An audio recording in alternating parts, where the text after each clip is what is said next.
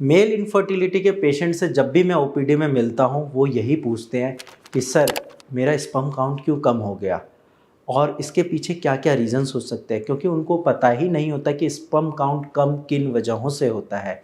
नमस्कार, मैं डॉक्टर हिमांशु पराशर आज इस वीडियो में आपको 10 ऐसे रीज़न्स बताऊंगा जिनकी वजह से आपका भी स्पर्म काउंट कम हो सकता है। तो आप इन 10 रीज़न्स को पहचानिए और आप देखिए कि इनमें से कुछ आप तो ऐसी गलतियां नहीं कर रहे जिसकी वजह से आपका स्पर्म काउंट कम हो रहा है, या फिर अगर आपका स्पर्म काउंट कम है तो आप इन 10 चीज़ों को अवॉइड करिए ताकि आपका स्पर्म काउंट इंक्रीज हो पाए। तो चलिए वीडियो को स्टार्ट करते हैं। सबसे पहले आपका स्पर्म काउंट कम होने की वजह होती है स्मोकिंग।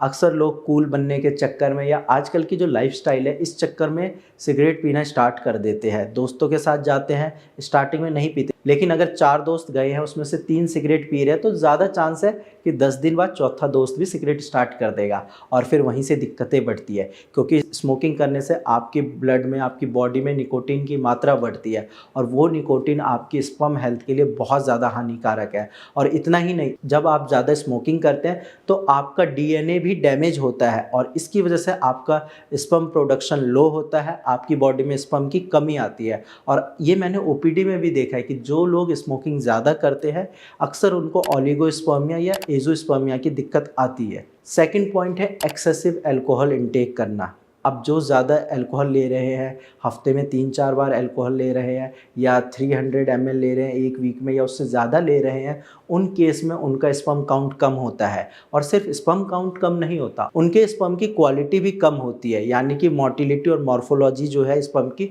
वो भी ख़राब होती है। तो अगर आप स्मोकिंग या अल्कोहल ले रहे हैं तो इसको बिल्कुल बंद कर दीजिए। थर्ड पॉइंट है एनी स्टेरॉइड इनटेक, यानी कि मान लीजिए आजकल लोग जिम जा रहे हैं, जिम ट्रेनर उनको बोल देता है कि आप ये स्टेरॉइड ले लो, आप इंजेक्शन लगवा लो। अब उस टाइम पेशेंट या कोई भी नॉर्मल इंसान भी बॉडी बनाने के लिए इंजेक्शन लगवा लेता है, स्टेरॉइड ले लेता है, बट उसका जो फ्यूचर में जो साइड इफ़ेक्ट होते हैं वो आप मानोगे नहीं।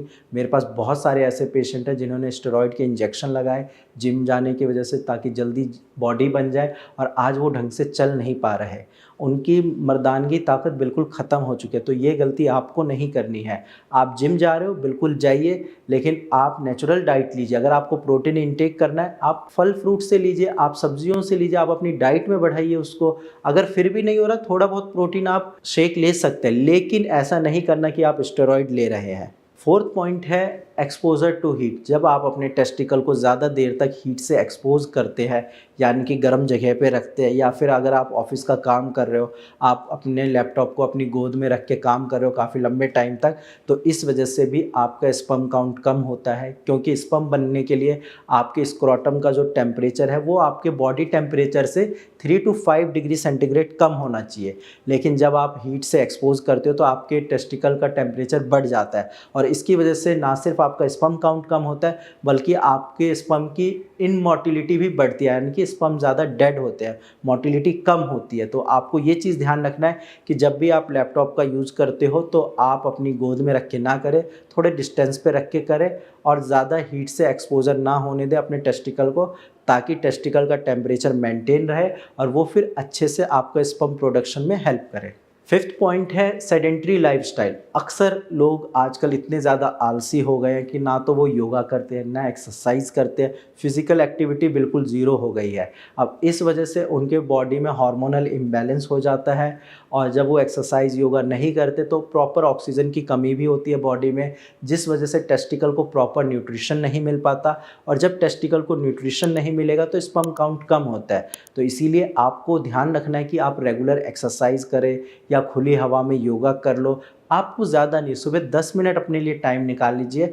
आप खुद देखोगे एक तो आपका माइंड फ्रेश होगा और इसके साथ साथ आपके स्पर्म की क्वालिटी और क्वांटिटी दोनों इंक्रीज होगी। सिक्स्थ पॉइंट है, अगर आप ज़्यादा चाय या कॉफ़ी पीते हैं, दिन में 4-5 गिलास चाय पी लिए या 4-5 कॉफ़ी पी ली, तो इसकी वजह से भी आपका स्पर्म काउंट कम होता है, क्योंकि कॉफ़ी और चाय में कैफ़ीन की मात्रा ज़्यादा होती है। अब हाई कैफ़ीन इंटेक की वजह से आपके स्पर्म की प्रोडक्शन में कमी आती है और आपके स्पर्म की क्वालिटी भी ख़राब होती है। इसीलिए आप कोशिश करो कि चाय की लत ना लगने दें। अगर आपको लत लग चुकी है तो भी आप उसकी क्वांटिटी को कम करिए, दिन में 1 कप चाय पीजिए, वो भी खाली पेट नहीं पीना है। और कोशिश करिए जितनी मात्रा कम हो सके आपके टी इंटेक की, उतना आपके लिए अच्छा है और आपके स्पर्म की हेल्थ के लिए भी अच्छा है। नेक्स्ट पॉइंट है क्रॉनिक स्ट्रेस। काफ़ी सारे पेशेंट आजकल ऐसे हैं, उनको ऑफिस की टेंशन होती है जब वो घर पे रहते हैं, और जब वो ऑफिस में रहते हैं उनको घर की टेंशन होती है, और इस टेंशन में वो अपनी हेल्थ का ध्यान रखना ही भूल जाते हैं। और अक्सर कई बार ये भी टेंशन रहती है कि मैंने काम समय पे नहीं किया, अपना प्रोजेक्ट समय पे रेडी नहीं किया, मेरे बॉस मुझे डांटेंगे, कहीं मेरे टीम लीडर मुझे कुछ ना बोल दे, और इस वजह से भी उनका स्पर्म काउंट कम होता है, क्योंकि स्ट्रेस लेने की वजह से उनकी बॉडी में कॉर्टिसोल का लेवल बढ़ जाता है, और जैसे ही कॉर्टिसोल का लेवल बढ़ता है उनका टेस्टोस्टेरोन लेवल कम हो जाता है, उनके मन ही नहीं करता उनका सेक्स करने का। और इन सारी चीज़ों की वजह से अगर आप ज़्यादा स्ट्रेस ले रहे हैं तो आपका डेफिनेटली स्पर्म काउंट भी कम होगा। तो आपको एक चीज़ का ध्यान रखना है कि स्ट्रेस नहीं लेना है, क्योंकि स्ट्रेस लेके भी काम नहीं होगा, मेरा ये मानना है। तो आप रिलैक्स होकर अपना काम करिए और समय पे कर लीजिए, ताकि स्ट्रेस लेने की ज़रूरत भी ना पड़े। इसके अलावा स्ट्रेस से ही रिलेटेड नेक्स्ट पॉइंट है प्रॉपर स्लीप। अक्सर पेशेंट ये गलती करते हैं कि अगर मान लो किसी दिन उनकी छुट्टी होती है तो वो रेस्ट नहीं करते, इवन रात को भी टाइम से नहीं सोते, वो मोबाइल में लगे रहते हैं, उनका स्क्रीन टाइम बहुत ज़्यादा होता है, कभी कोई वेब सीरीज़ देख रहे होते हैं या कोई घर पे ऑफिस का काम कर रहा होता है। अब इन वजहों से क्या होता है कि उनको प्रॉपर 7 से 8 घंटे की नींद नहीं मिल पाती, और जब प्रॉपर नींद नहीं मिलती तो फिर उनका स्पर्म काउंट कम होने लगता है, स्पर्म की क्वालिटी ख़राब होती है।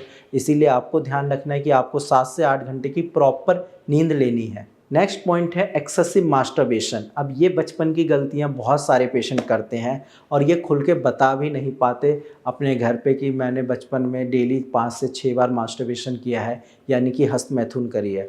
अब अगर आप रेगुलर हस्तमैथुन करोगे तो स्पर्म आपकी बॉडी में एक लिमिटेड अमाउंट में ही सिक्रीट होता है, उसका जो प्रोडक्शन होता है एक काफ़ी लिमिटेड क्वांटिटी में होता है।